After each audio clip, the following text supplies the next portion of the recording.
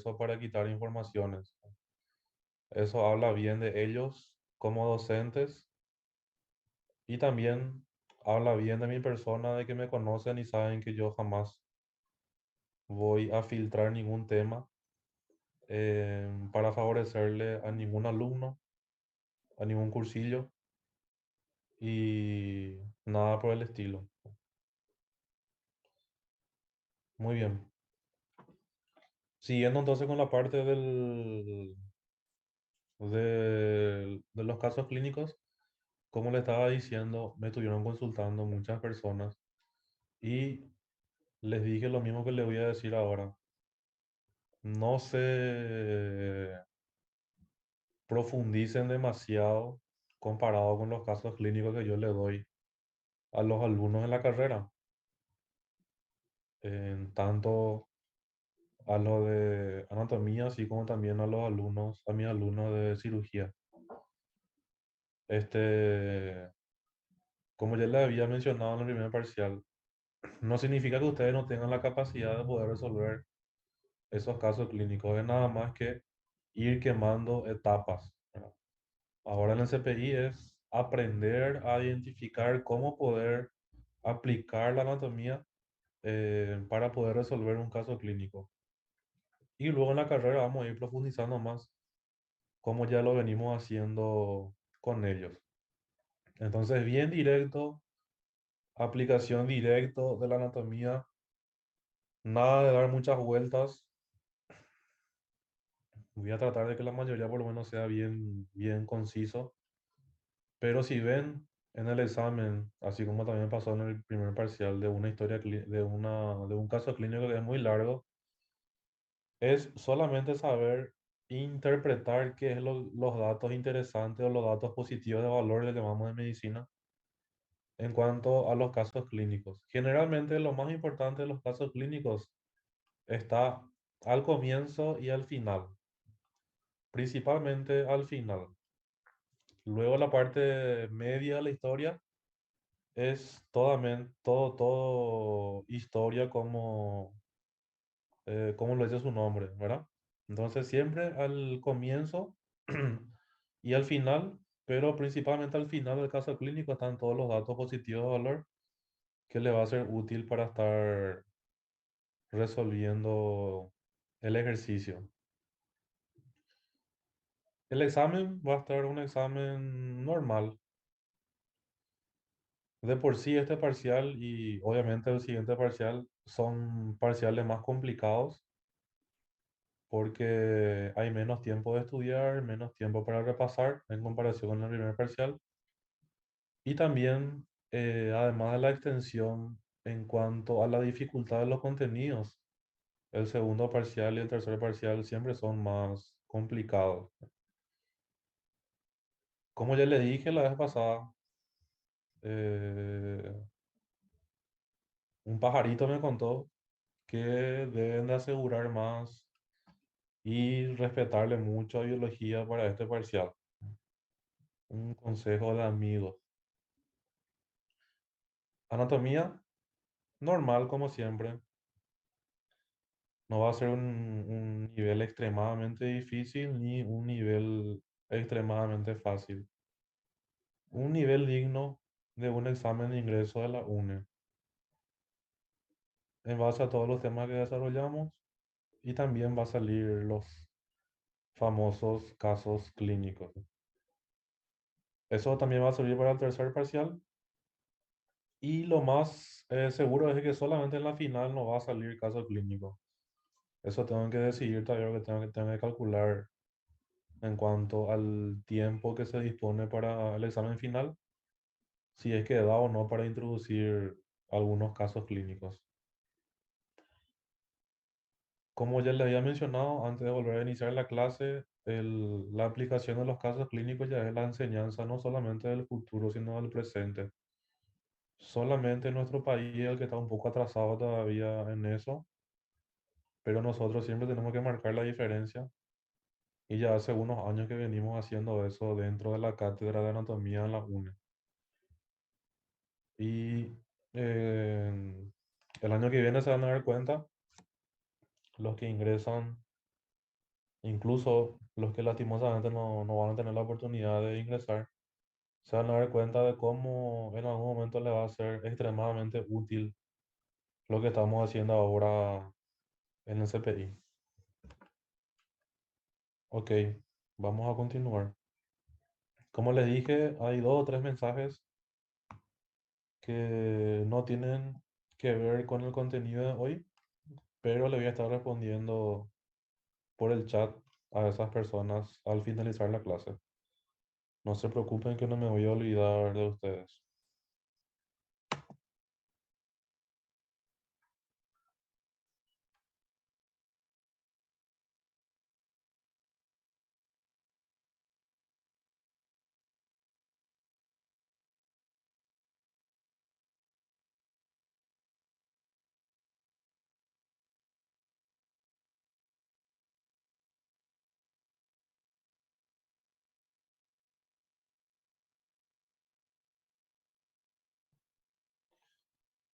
Ok, continuamos entonces con la clase. Vamos a hablar un poquito sobre la topografía, que es lo más interesante que encontramos en esta región que estamos desarrollando hoy, que es la parte de cadera y muslo, principalmente en el muslo.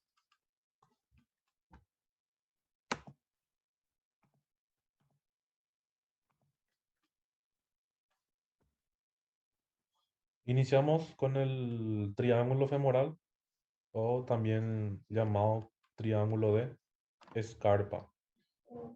Más se le conoce como triángulo de Scarpa. Como toda topografía, siempre tenemos que saber los límites y si es que tiene contenido, obviamente el contenido de, de esas regiones. Los límites del triángulo femoral, vamos a tener un límite lateral que va a estar dado por el músculo sartorio, un límite medial que en este caso va a estar dado por el músculo aductor largo o primer aductor. Arriba en la parte superior va a estar delimitado por lo que es el ligamento inguinal que ya habíamos hablado. El piso, el piso del triángulo femoral o triángulo de escarpa va a estar dado por el músculo iliopsoas más el músculo pectíneo y el techo por la fascia cribriforme. En cuanto al contenido, dentro del triángulo femoral, principalmente le encontramos a los vasos femorales, la arteria femoral, vena femoral y el nervio femoral. La siguiente región es el conducto femoral. El conducto femoral está delimitado lateralmente por el vasto medial, ¿sí? Este es el músculo vasto medial. También adelante y medialmente vamos a encontrarle al músculo sartorio, que en este caso fue cortado para que se pueda observar mejor el conducto femoral. Atrás y arriba va a estar delimitado por el primer y el tercer aductor, que sería el aductor largo y el aductor mayor. Y en cuanto a su contenido del conducto femoral, vamos a encontrarle al nervio safeno, ¿sí? Nervio safeno y los vasos femorales, arteria femoral, vena femoral y nervio safeno.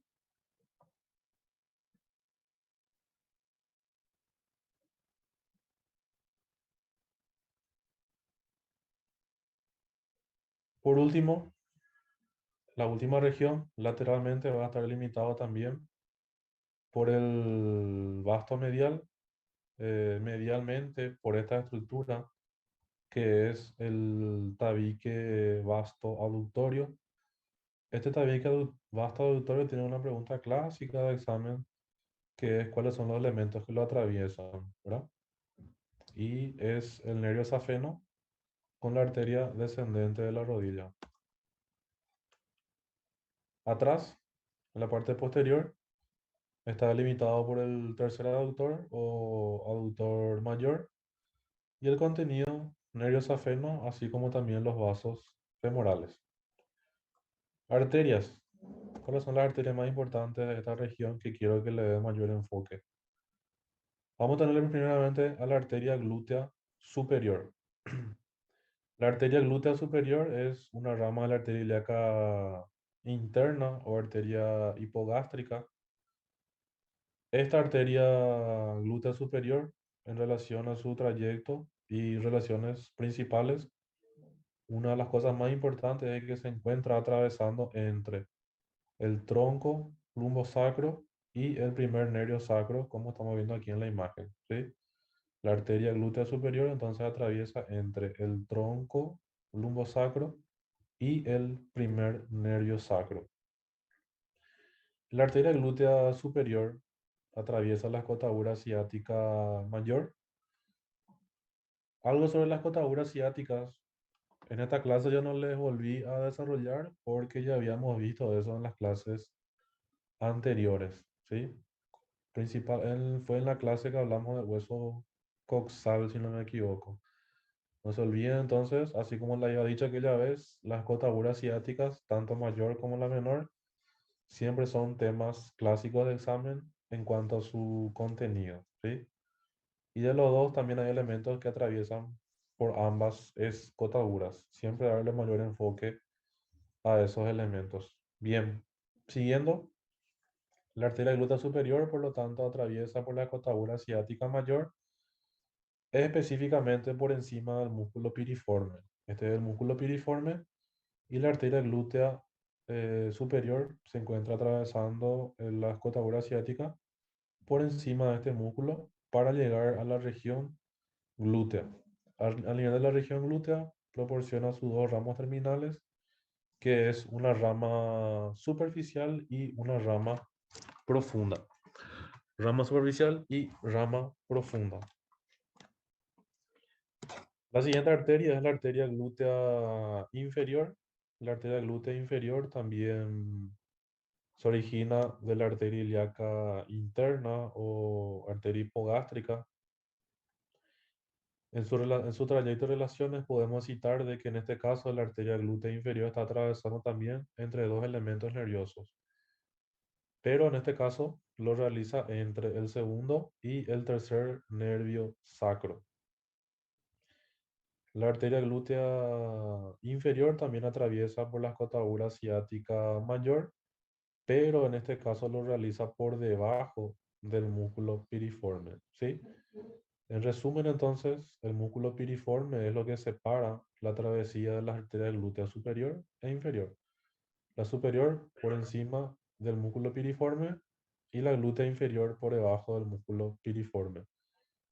Así como la glútea superior, la arteria glútea inferior, al atravesar la escotadura, llega a la región glútea, donde proporciona sus ramos terminales, que van a ser un ramo superior y un ramo descendente. La siguiente arteria es la arteria obturatriz, también es una rama de la arteria ilíaca interna. En su trayecto, lo más destacable de mencionar es que está atravesando el agujero obturador y termina originando dos ramas, una rama anterior y una rama posterior. De las dos, la más interesante es la rama posterior debido a que origina esta pequeña arteria que se ve acá, que es la arteria acetabular, que se dirige al acetábulo del hueso coxal. A nivel ya del muslo, tenemos la arteria femoral. Esta se origina como continuación directa de la arteria ilíaca externa, una vez que pasa por debajo del ligamento inguinal. Su trayecto y relaciones se describen en el aliño femoral, que está dentro de la laguna vascular, que ya habíamos desarrollado al principio de este parcial. Límites, contenidos, laguna muscular también no se olviden, arcada femoral, que el arco ilopectino le divide la arcada femoral en una laguna muscular y una laguna vascular. Y también adquiere relación a nivel del triángulo femoral, conducto femoral y conducto aductor. Esto ya no lo vamos a volver a describir porque ya lo hicimos en la parte de topografía. Y la arteria femoral se continúa como arteria popltea una vez que atraviesa el hiato aductor. Arteria popltea. La arteria femoral proporciona varias ramas colaterales, que son las siguientes que vamos a citar. Le tenemos a la arteria epigástrica superficial y a la arteria circunfleja ilíaca superficial. Estas dos arterias se dirigen hacia la piel de la pared abdominal anterior. Luego le tenemos las dos venas pudendas externas, una superficial y otra profunda. ¿Qué es lo interesante de estas arterias pudendas? Lo común es que ambas pasan por delante de la vena femoral. La diferencia está en que la arteria pudenda externa superficial pasa por delante de este arco, que es el arco de la safena magna, mientras que la femoral profunda pasa por detrás del arco de la safena magna. ¿Ok? Lo común entonces es que ambas pasan por delante de la vena femoral y la diferencia es que la pudenda externa superficial pasa por delante del arco de la safena magna, mientras que la pudenda externa profunda pasa por detrás del arco de la vena safena magna. Luego tenemos la arteria femoral profunda, que vemos aquí de una mejor manera.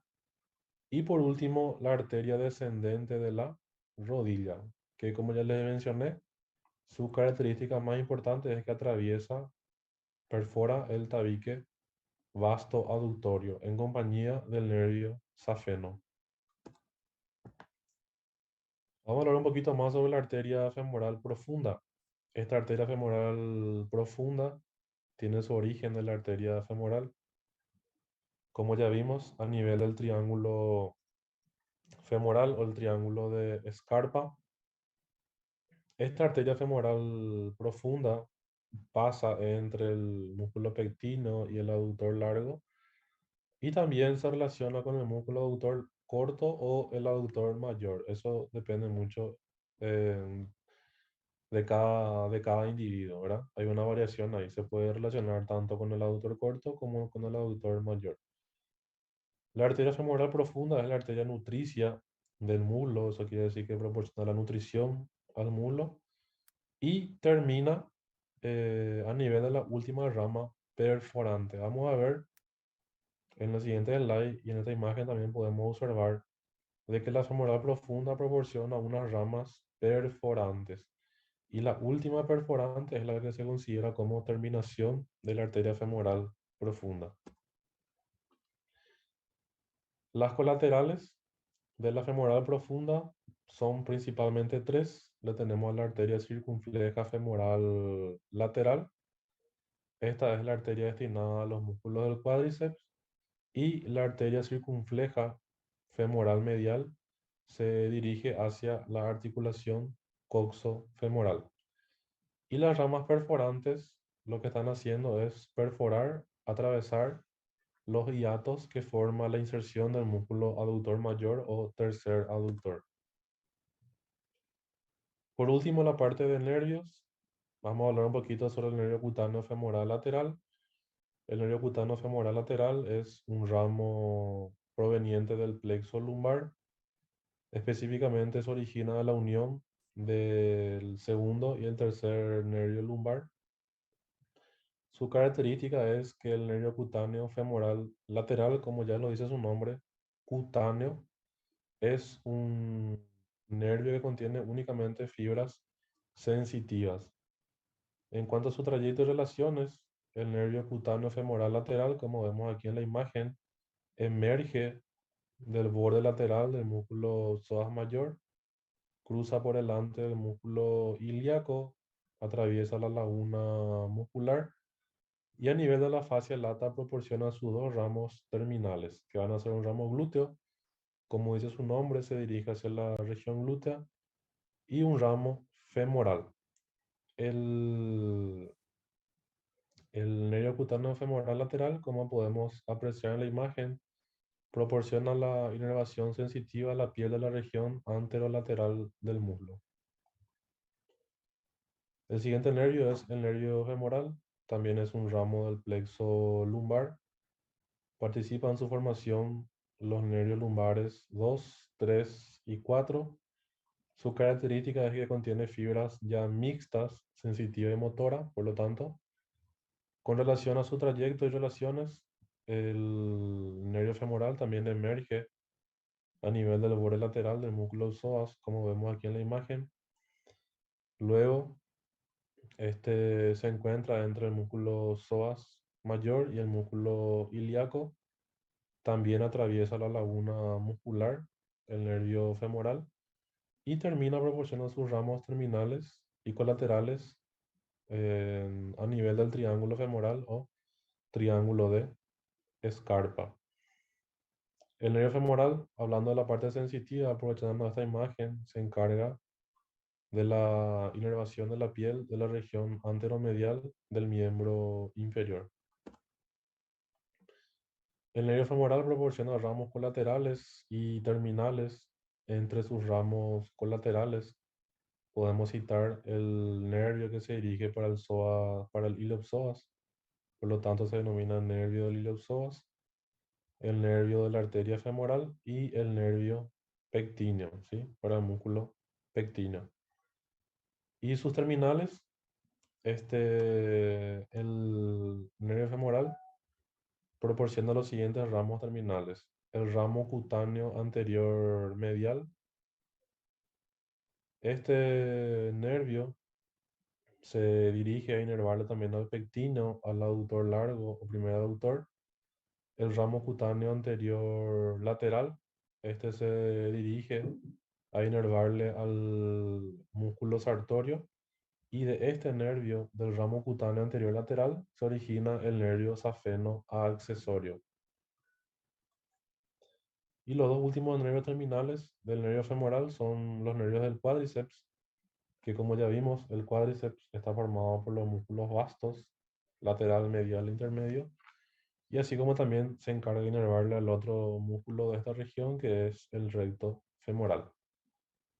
Y por último tenemos el nervio safeno, volviendo a repetir, una de sus características principales es que se encuentra atravesando el tabique vasto auditorio. Y como podemos ver en la imagen, el nervio safeno le acompaña en la vena safena magna hasta el tobillo. Por último tenemos el nervio obturador, también un ramo del plexo lumbar. Participa específicamente el segundo, tercer y cuarto nervio lumbar. Su característica es que también son fibras mixtas, sensitiva motora.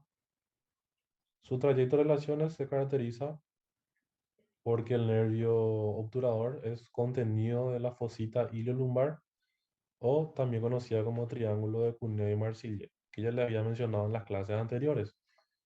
El triángulo de Cuneo y Marsillet está delimitado por el borde medial del músculo psoas mayor, como vemos aquí en la imagen. También está delimitado por el cuerpo de la quinta vértebra lumbar y las alas del sacro. Y en cuanto a su contenido de la fosita iliolumbar o el triángulo de Cuneo y Marsillet, va a estar presente ahí el tronco lumbosacro, los vasos iliolumbares, arteria iliolumbar, vena iliolumbar y el nervio obturador. El nervio obturador también se relaciona con la articulación sacroiliaca y atraviesa por el agujero obturador. El nervio obturador proporciona como ramo colateral el nervio del obturador externo, nervio del obturador externo, y como terminales proporciona dos ramas, una rama anterior y una rama posterior. La rama anterior del nervio obturador se encuentra entre el primer y segundo aductor, o sea que entre el aductor largo y el aductor corto, por lo tanto le inerva a ambos, también le inerva al músculo grácil y proporciona la inervación sensitiva a la cara medial del muslo. Y el ramo posterior del nervio obturador está situado entre el segundo y tercer aductor, o sea que entre el aductor corto y el aductor mayor, y también proporciona inervación a la articulación coxo-femoral. Muy bien, con eso entonces culminamos la clase del día de hoy. Un pantallazo general y lo más resumido posible de todo lo que es la región de la cadera y el muslo. Espero que haya servido para enriquecer más el conocimiento que ya tienen y voy a estar habilitando por unos minutos nuevamente el chat para las consultas y luego ya culminamos la actividad del día de hoy.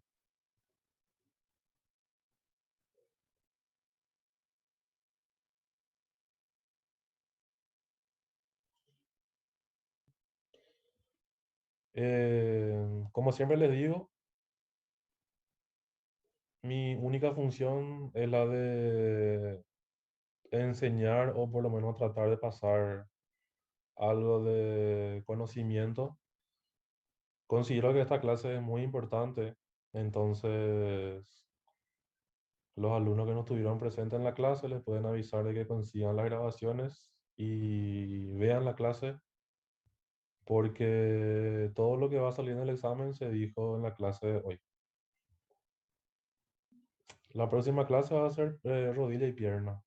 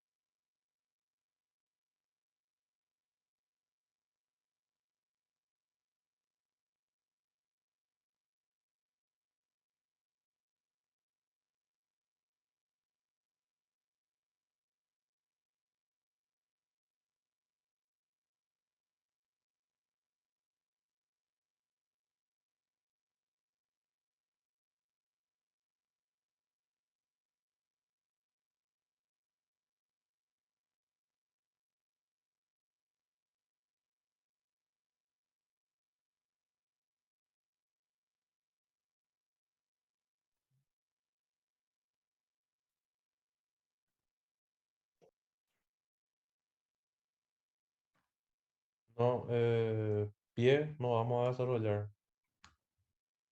Vamos Les voy a dar una ayuda con esa parte. Vamos a estudiar solamente en la carrera. Hasta pierna.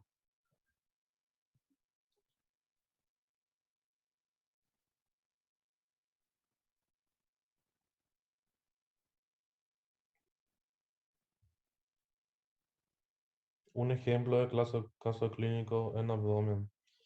Hijo, abdomen es el que más tiene eh, casos clínicos, pero a ver, algo frecuente que vemos en el hospital. mm, bueno, por ejemplo, una pancreatitis, ¿verdad?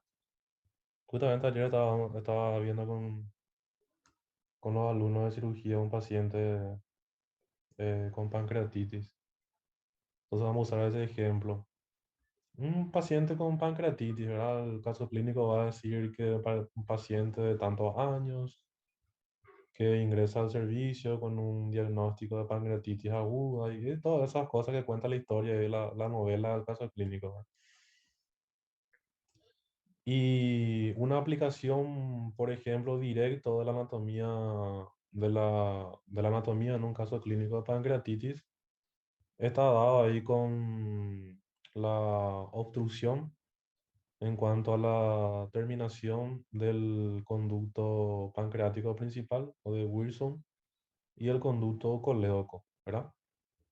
Ahí tiene que saber cómo se llama esa región, la ampolla que se forma ahí en la terminación del conducto pancreático principal con el colédoco. Es el lugar más frecuente donde se puede obstruir por la presencia de un cálculo litiásico, por ejemplo, una litiasis vesicular, la famosa piedra de la vesícula, puede descender y quedarse obstruido ahí a nivel de la ampolla de Vater.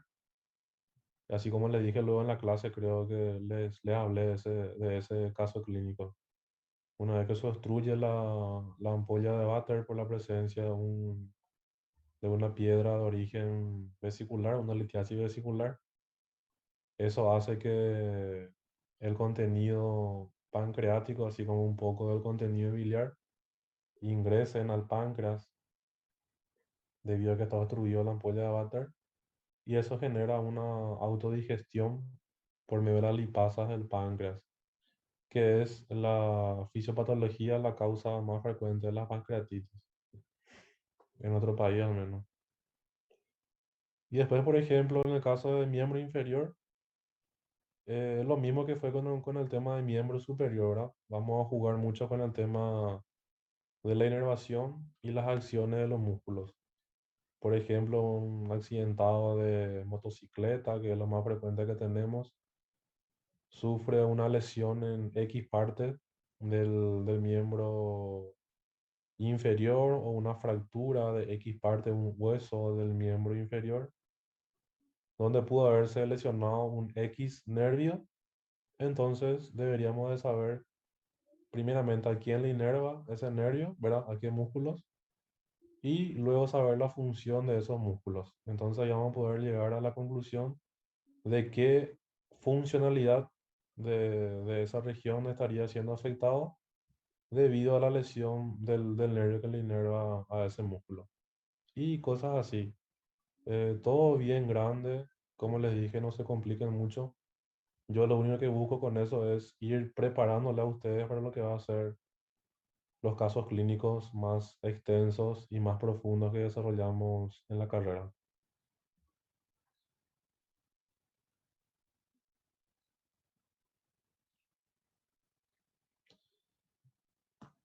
Sí, todos los nervios que desarrollamos en la clase, que son los que yo considero más importantes para las aplicaciones clínicas.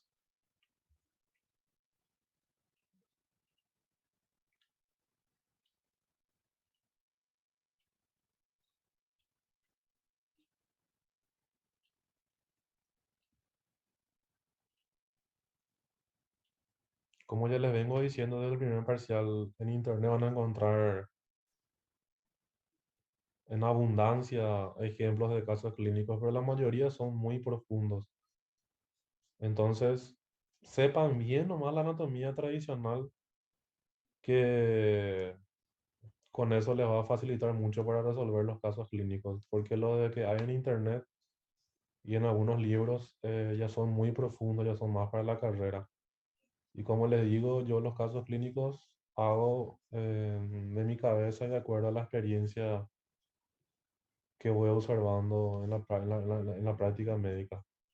No hay una fuente, no hay un libro base de donde yo quito los ejercicios del caso clínico para ustedes. Articulación, vamos a desarrollar la próxima clase, pero en cuanto al contenido del día de hoy, que fue cadera, sin ninguna duda la articulación coxofemoral es la más importante. Pero así a grandes rasgos, ¿verdad? Saber qué tipo de articulación es, cuáles son las superficies articulares, los ligamentos principales y así.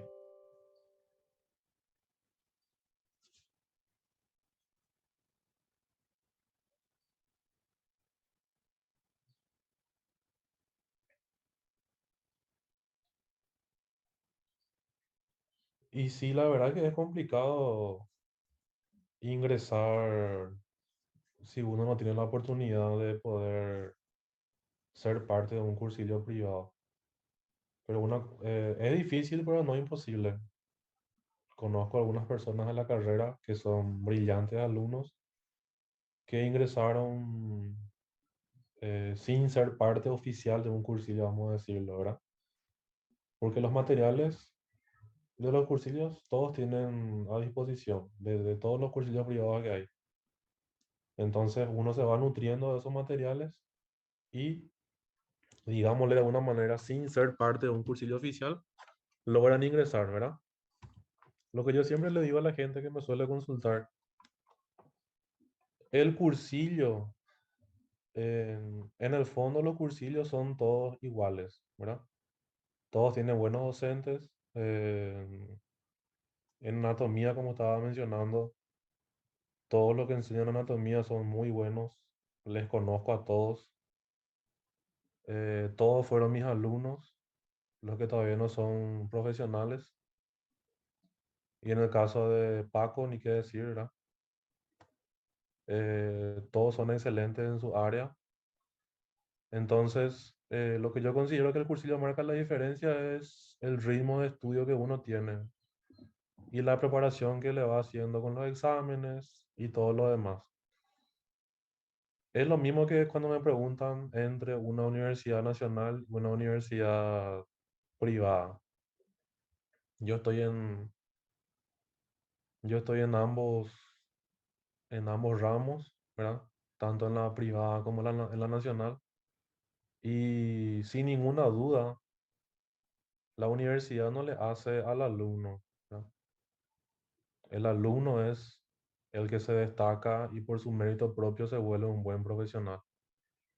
Existen muchísimos profesionales, colegas excelentes que salieron en las privadas. Entonces, se aplica lo mismo que un cursillo. El cursillo privado lo que hace es darle ese ritmo de estudio, aprieta un poco más para poder estudiar prácticamente todos los días debido a que siempre hay exámenes. Pero el que debe poner de su parte un 90% es el alumno.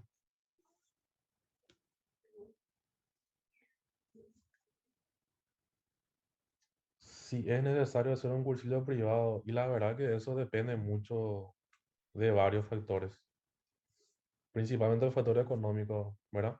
Que lastimosamente no todos tienen la posibilidad de que sus padres o los que ya no tienen la posibilidad de que sus padres le mantengan, que tienen que mantenerse por sí mismos. Es difícil poder ser parte de un cursillo privado. No te podría decir si es necesario exclusivamente ser parte de un cursillo privado o no, porque como ya mencioné, conozco gente que ingresaron sin ser parte de un cursillo privado oficialmente. Uno de ellos, por ejemplo, es uno de los dioses que le va a bautizar a usted, un buen amigo que es Igor Kosar. Fue mi instructor varios años en anatomía y él es un ejemplo clásico de una persona que vino a una ciudad lejana de aquí, lejos de su familia, sin ningún amigo, y logró ingresar sin ser parte oficial de un cursillo privado.